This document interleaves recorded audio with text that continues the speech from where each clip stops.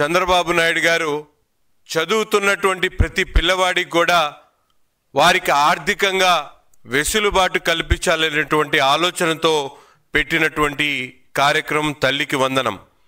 తల్లికి వందనం ప్రతి ఇంట్లో కూడా ఈరోజు అందినటువంటి ప్రతి ఇంట్లో కూడా సంబరాలు చేసుకుంటున్నటువంటి పరిస్థితులు ఉన్నాయి. ప్రతి కుటుంబానికి కూడా ఆర్థిక బాసటగా నిలుస్తున్నటువంటి పథకం తల్లికి వందనం.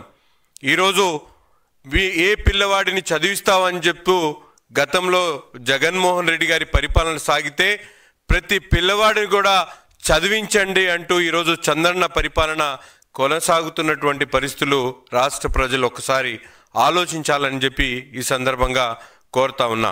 అంతేకాకుండా మనందరికి కూడా తెలుసు, భవిష్యత్తులో పేదరికం లేనటువంటి సమాజ నిర్మాణం కోసం తల్లికి వందనం కార్యక్రమం ఒక భరోసాగా మా అందరం కూడా చెప్పుకోవచ్చు.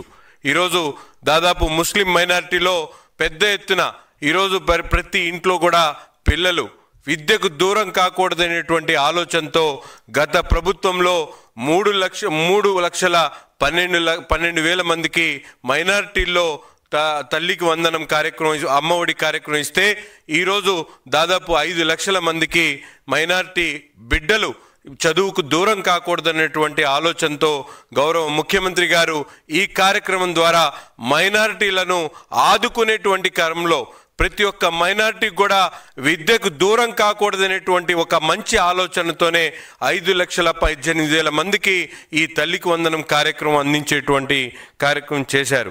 అంతేకాకుండా ముఖ్యంగా మనందరికి కూడా తెలుసు, రాష్ట్రంలో ఏదైతే ఈ తల్లికి వందనం కార్యక్రమం ఉందో వైసీపీకి ఒక మరణ శాసనంగా మారబోతుందనేటువంటి విషయాన్ని ఈ సందర్భంగా తెలియజేస్తా ఉన్నాం. గత 5 సంవత్సరాల్లో అమ్మఒడి పేరుతో 24 లక్షల రూపాయలు, 24,000 కోట్ల రూపాయల ఖర్చు చేసినటువంటి పరిస్థితి ఉంటే ఈరోజు మన ప్రభుత్వం ఒక్కసారే 10,000 కోట్ల రూపాయలు ఈరోజు తల్లికి వందనం కార్యక్రమం కోసం ఇచ్చినటువంటి పరిస్థితులు, ఎన్నికల హామీల్ని ఒక్కొక్కటిగా నెరవేరుస్తున్నటువంటి కూటమి ప్రభుత్వాన్ని ప్రజలు ఈరోజు ప్రతి ఒక్కరు కూడా మెచ్చుకుంటున్నటువంటి పరిస్థితులు ఉన్నాయి. భావి తరాల భవిష్యత్తు కోసం ఆలోచించేటువంటి ఏకైక పార్టీ నాయకుడు చంద్రబాబు నాయుడు అనేటువంటి విషయాన్ని ప్రజలందరూ కూడా గ్రహించాలనేటువంటి విషయం చెప్తా ఉన్నా. అంతేకాకుండా కన్న తల్లిదండ్రుల్లాగా స్కూల్స్ మొదలవక ముందే స్కూల్లో పిల్లవాడిని చదివించాలి, వారికి కావాల్సినటువంటి పుస్తకాలు, వారికి కావాల్సినటువంటి యూనిఫామ్స్, వారికి కావాల్సినటువంటి బ్యాగులు సమకూర్చేటువంటి కార్యక్రమాన్ని గౌరవ విద్యాశాఖ మంత్రి 3 నెలల ముందే స్కూల్స్ మొదలయ్యేటువంటి మొదటి రోజునే స్కూల్ కిట్లన్నీ కూడా పంపించేటువంటి కార్యక్రమంతో పాటు ప్రతి ఒక్క తల్లి విద్యకు పిల్లవాడి దూరం కాకూడదనేటువంటి ఆలోచన ఏ విధంగా అయితే తల్లిదండ్రులు చేస్తారో అదే ఆలోచనతో మొదటి రోజునే ప్రతి కుటుంబానికి కూడా ప్రతి పిల్లవాడికి కూడా విద్య కోసం అందించినటువంటి తల్లికి వందనం కార్యక్రమం అనేటువంటి విషయాన్ని చెప్తా ఉన్నా. అంతేకాకుండా ఈరోజు ప్రజలు ఏదైతే ఈ తల్లికి వందనం కార్యక్రమం ద్వారా రాష్ట్రంలో ఉన్నటువంటి ప్రజలందరూ కూడా ఈ కార్యక్రమం ద్వారా జగన్కు రాజకీయంగా భూస్థాపితం చేయడానికి ప్రజలు సిద్ధంగా ఉన్నారని చెప్పి కూడా ఈ సందర్భంగా తెలియజేస్తా ఉన్నా.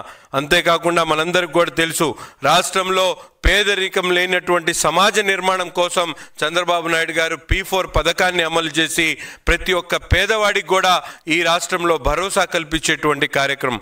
ఒక పక్కన ఏదైతే పరిశ్రమలను తెచ్చేటువంటి కార్యక్రమం, చెప్పినటువంటి 6 సూపర్ 6 కార్యక్రమాల్లో ముఖ్యంగా విద్యార్థులు చదువుకున్నటువంటి విద్యార్థులు నిరుద్యోగ యువత కోసం వారందరూ కూడా భవిష్యత్తు కోసం చెప్పినటువంటి విధంగా 16,400 ఉద్యోగ నియామక కోసం మెగా డిఎస్సి కార్యక్రమం కానీ, అన్నా క్యాంటీన్ కానీ, దీపం పథకం కానీ ఈరోజు ఎంతో విలువైనటువంటి 10,000 కోట్ల రూపాయల బడ్జెట్తో ఈరోజు ప్రతి ఇంట్లో కూడా సంబరాలు చేసుకునేటువంటి విధంగా తల్లికి వందనం ఇచ్చేటువంటి కార్యక్రమం కానీ ఈరోజు నిజంగా గత ప్రభుత్వంలో జగన్మోహన్ రెడ్డి గారు సంక్షేమం పేరుతో రాష్ట్ర ప్రజల్ని సంక్షోభంలో నెట్టివేటు వేసినటువంటి పరిస్థితులు, ఎటు చూసినా కూడా అప్పులు, ఎటు చూసినా కూడా విధ్వంసం.